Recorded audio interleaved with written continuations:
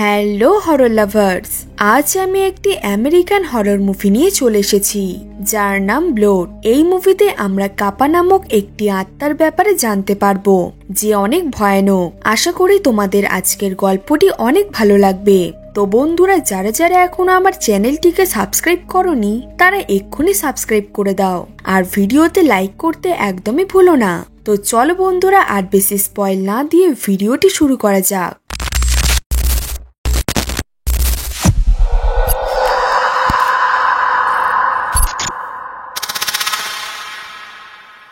মুভির শুরুতেই আমরা একটি কাপলকে দেখতে পাই যাদের নাম ছিল হ্যানা আর জ্যাক। তাদের একটি মেয়ে হয়েছিল, কিন্তু হঠাৎই সেই বাচ্চাটির কিছু একটা হয়, এর ফলে সেই বাচ্চা মেয়েটি মারা যায়।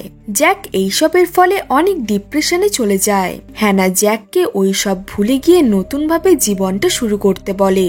এইসব কথা অনেক ভাবার পর জ্যাক ঠিক করে যে সে হ্যানার কথা মতোই চলবে। জ্যাক অনেক ভাবনা চিন্তা করার পর হ্যানাকে মেসেজ করে আর বলে যে আমরা ছুটিতে জাপানে যাচ্ছি।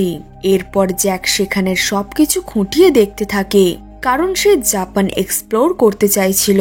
কিন্তু দেশের অবস্থা খারাপ থাকার ফলে জ্যাকের ছুটিটা ক্যান্সেল হয়ে যায়। আসলে জ্যাক আর্মিতে কাজ করত, এই জন্য তাকে আবার ফেরত আসতে বলে সেখানে। কিন্তু হ্যানা তার দুজন ছেলে অর্থাৎ তার বড় ছেলে স্টিভ এবং ছোট ছেলে কাইলের সাথে তাকে জাপানে যেতেই হয়, কারণ তারা আগে থেকেই পেমেন্ট করে দিয়েছিল।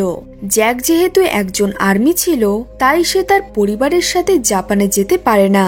কিন্তু হ্যানা মিনিটে মিনিটে জ্যাককে সবকিছুর ফটো পাঠাচ্ছিল আর দেখাচ্ছিল যে হ্যানা এবং তার ছেলেরা অনেক মজা করছে। আমরা দেখতে পাই হ্যানা আর জ্যাক ভিডিও কলে কথা বলছিল আর তাদের বাচ্চারা সামনের ঝিলেতে সুইমিং এর প্রস্তুতি নিচ্ছিল। কিন্তু হঠাৎই সবাই চেঁচিয়ে ওঠে আর আমরা হ্যানার ছোট ছেলেকে অর্থাৎ কাইলকে সেই ঝিলে পড়ে যেতে দেখতে পাই। তাকে অনেক কষ্টে বাঁচানো হয়। সে অনেকক্ষণ পর নিজের হুঁশে ফিরে আসে। হ্যানা কাইলকে নিয়ে হাসপাতালে যায়। অন্যদিকে জ্যাককে আমরা চিন্তিত অবস্থায় দেখতে পাই, কারণ জ্যাক ভিডিও কলে দেখেছিল যে যখন তার ছোট ছেলের জ্ঞান ফেরে তখন তার মুখ থেকে খুবই তরল একটা বাজে জিনিস বেরোয়। এই জন্যই সে এই সব নিয়ে চিন্তিত ছিল। এরপর জ্যাক নিজের ছেলেকে দেখবে বলে হ্যানাকে ভিডিও কল করে কথা বলতে থাকে। জ্যাকের ছেলে হঠাৎই জোরে জোরে চিৎকার করতে থাকে। এরপর জ্যাকের বড় ছেলে স্টিভ তার ভাইয়ের কাছে যায়, কিন্তু তখনই কাইল স্টিভকে এমন ভাবে কামড়ায় যে সেটা দেখে মনে হচ্ছিল যেন কোনো পশু তাকে কামড়ে দিয়েছে। এর সাথে জ্যাকের কাছে তার কাজের জায়গা থেকে মেসেজ আসছিল। জ্যাক এরপর ভিডিওটিকে জুম করে দেখে। সে লক্ষ্য করে যে যখন তার ছেলে কাইল তার বড় দাদা স্টিভকে কামড়েছিল তখন সেই সময় কাইলের চোখটা একদম আলাদা হয়ে গিয়েছিল। জ্যাক ভাবে যে জাপানে হয়তো কোনো একটি রোগ ছড়িয়ে গেছে যার ফলে সব বাচ্চাদের এই রোগটা হচ্ছে। জ্যাক এরপর কাইলের ডাক্তারের সাথে কথা বলে যে তার ছেলের চিকিৎসা করছিল। ডাক্তার বলে যে হ্যাঁ, মাঝে মধ্যে কাইলের স্থিতি এমন হয়ে যায় যে যেন সে কোনো ট্রমাতে চলে গেছে, কিন্তু কাইলের চোখ তো অন্য কিছুই বলছিল। আমরা জানতে পারি কাইলের সামনে বার্থডে ছিল, এই জন্য হ্যানা তাকে কিছু স্পেশাল গিফট দিতে চাইছিল। এইসব ব্যাপার নিয়েই হ্যানা জ্যাকের সাথে কথা বলছিল। হ্যানা জ্যাককে বলে যে সে কাইলের ইনস্টাগ্রাম চেক করেছে, যেখানে কাইল ড্রোন সার্চ করেছে, এই জন্য তারা এই ব্যাপারটি নিয়ে ভাবছিল। কিন্তু যখন জ্যাক কাইলের ইনস্টাগ্রাম চেক করে তখন সে জানতে পারে কাইলের বিচে পছন্দ। এরপর আমরা হ্যানা আর জ্যাককে কাইলের বার্থডে প্ল্যান করতে দেখতে পাই। জ্যাক নিজের ফ্যামিলির জন্য গিফট পাঠিয়েছিল, কিন্তু তার ছেলে তার সাথে কথা না বলে তার পাঠানো গিফটগুলো মনোযোগ সহকারে দেখতে থাকে। তারা সেই ক্যামেরাটা ড্রোনের সাথে সেট করে ঝিলের দিকে চলে যায়। সেই সময় ড্রোনের ব্যাটারি শেষ হয়ে যায়। তখনই জ্যাক তার ছেলেদের ঝিলে নামতে বারণ করে, কিন্তু তার ছোট ছেলে কাইল কোনো কথা না শুনে ঝিলে লাফ মারে এবং সেই ড্রোনটিকে ধরে ফেলে। এরপর জ্যাক আর তার পরিবারের সাথে কোনো কথাই বলতে পারে না। সে অনেক চিন্তিত হয়ে যায়। এই জন্য সে হ্যানাকে ফোন করতে লাগে। অনেকবার ফোন করার পর জ্যাক নিজের বড় ছেলে স্টিফের সাথে কথা বলতে পারে। তারা বাপ ছেলে কথা বলছিল। তখনই নেটওয়ার্কের প্রবলেম হতে লাগে। এরপর স্টিভ জ্যাককে কাইলের রুমের ফুটেজ পাঠায়, যেখানে আমরা তার বিছানার তলায় কাঁচা সবজির খোলা পড়ে থাকতে দেখতে পাই এবং সেখানে পোকাও ধরে গিয়েছিল। এরপর জ্যাক হ্যানাকে ফোন করে আর সে হ্যানাকে বলে যে আমাদের ছোট ছেলের কোনো মানসিক প্রবলেম নেই, এর থেকে বেশি ভয়ঙ্কর প্রবলেম তার আছে, যেটা নিয়ে আমাদের আরো ভাবতে হবে। হ্যানা আর জ্যাকের মধ্যে এই সব নিয়ে ঝামেলা হতে লাগে। এই জন্য জ্যাক হ্যানার ফোনটি কেটে দেয়। এরপর জ্যাক যখন নিজের ভুলটা বুঝতে পারে তখন সে হ্যানার কাছে নিজের ভুলের ক্ষমা চায়। জ্যাক আসলে নিজের বাচ্চাদের নিয়ে অনেক ভয়তে ছিল। সে আর তার বাচ্চাদের হারাতে চাইছিল না। জ্যাক এরপর হ্যানার প্রোফাইল চেক করে আর সে অনেক কিছু সাইটসের ব্যাপারে জানতে পারে, যেমন কিছু মেয়েরা ডিপ্রেশনে থাকার ফলে নিজের জীবনই শেষ করে ফেলেছিল। এরপর জ্যাক সেই ডাক্তারের সাথে কথা বলবে ঠিক করে, যার কাছে সে কাইলের চিকিৎসা করাচ্ছিল। এরপর জ্যাক নিজের স্বপ্নেতে দেখেছিল যে তার বড় ছেলে স্টিভ সেই ঝিলের সামনে দাঁড়িয়েছিল, তার সাথে একটি বাচ্চার আত্মাও দাঁড়িয়েছিল। সে নিজের মাকে ডাকছিল। পরের দিন জ্যাক জানতে পারে যে তার বড় ছেলে স্টিভ কাল রাত থেকে নিখোঁজ। স্টিভ হারিয়ে যাওয়ার আগে জ্যাককে একটি মেসেজ করেছিল আর একটি ভিডিও পাঠিয়েছিল। স্টিভ জ্যাককে বলেছিল যে আমি জানতে পেরেছি যে কাইলের আসলে কি সমস্যা হয়েছে।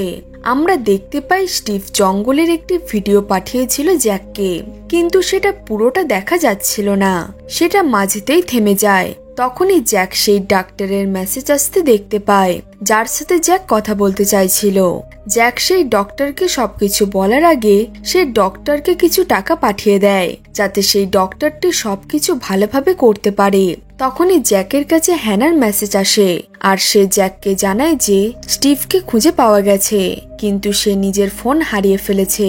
এরপর হ্যানা জ্যাককে বলে যে তুমি যেহেতু বাবা হয়েছো, এই জন্য তোমার উচিত স্টিভের সাথে কথা বলা। এই সব চিন্তা করতে করতে জ্যাক নিজের খুবই ইম্পর্টেন্ট একটি মিটিং মিস করে যায়। স্টিভ এখন ঘরে এসেছিল। জ্যাক তার ছেলের সাথে কথা বলে তাকে বোঝায়। এরপর স্টিভ হ্যানার সামনে জ্যাকের কাছে ক্ষমা চায়।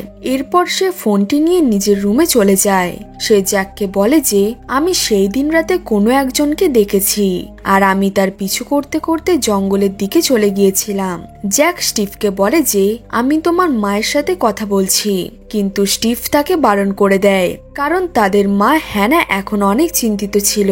জ্যাক যেন হ্যানাকে এইসব ব্যাপারে না জানায়। স্টিভ অনেক বোঝদার একটি ছেলে ছিল। জ্যাক তাকে বোঝানোর পর সে ভালোভাবে বুঝে যায় সব। স্টিভ বলে যে ঠিক আছে, আমি সবার খেয়াল রাখবো। রাতে জ্যাক কাইলকে ভিডিও কল করে। তখন সে কাইলের রুমে অদ্ভুত অদ্ভুত দৃশ্য দেখতে পাচ্ছিল। কিছুক্ষণ পর সেই কলটি নিজে থেকেই বন্ধ হয়ে যায়। জ্যাক এরপর হ্যানাকে ফোন করে আর বলে যে তাড়াতাড়ি কাইলের কাছে গিয়ে দেখো, কিন্তু হ্যানা জ্যাকের কথায় ধ্যান দেয় না অতটা। জ্যাক ডাক্তারের সাথে কথা বলছিল। তখনই হ্যানার কল আসে। তাকে দেখে অনেক চিন্তিত মনে হচ্ছিল। আমরা তার পিছন থেকে কাইলের শব্দ শুনতে পাই, যে জানোয়ারের মতো শব্দ করছিল। হ্যানা এইসব দেখে অনেক ভয় পেয়ে গিয়েছিল। সে জ্যাককে বলে যে সে এখান থেকে ঘরে ফেরত যেতে চায়, কিন্তু জ্যাক বলে যে আমি ঘরে যাচ্ছি। অন্যদিকে হ্যানা ভাবছিল যে এবারেই হয়তো সে কাইলকে হারিয়ে ফেলবে।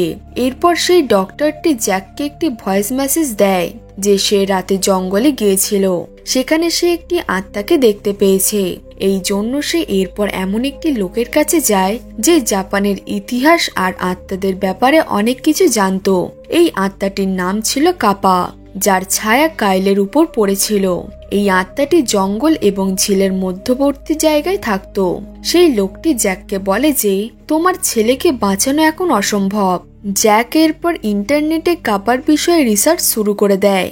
কাপাকে দেখতে অনেক রকম জানোয়ারের মতো ছিল।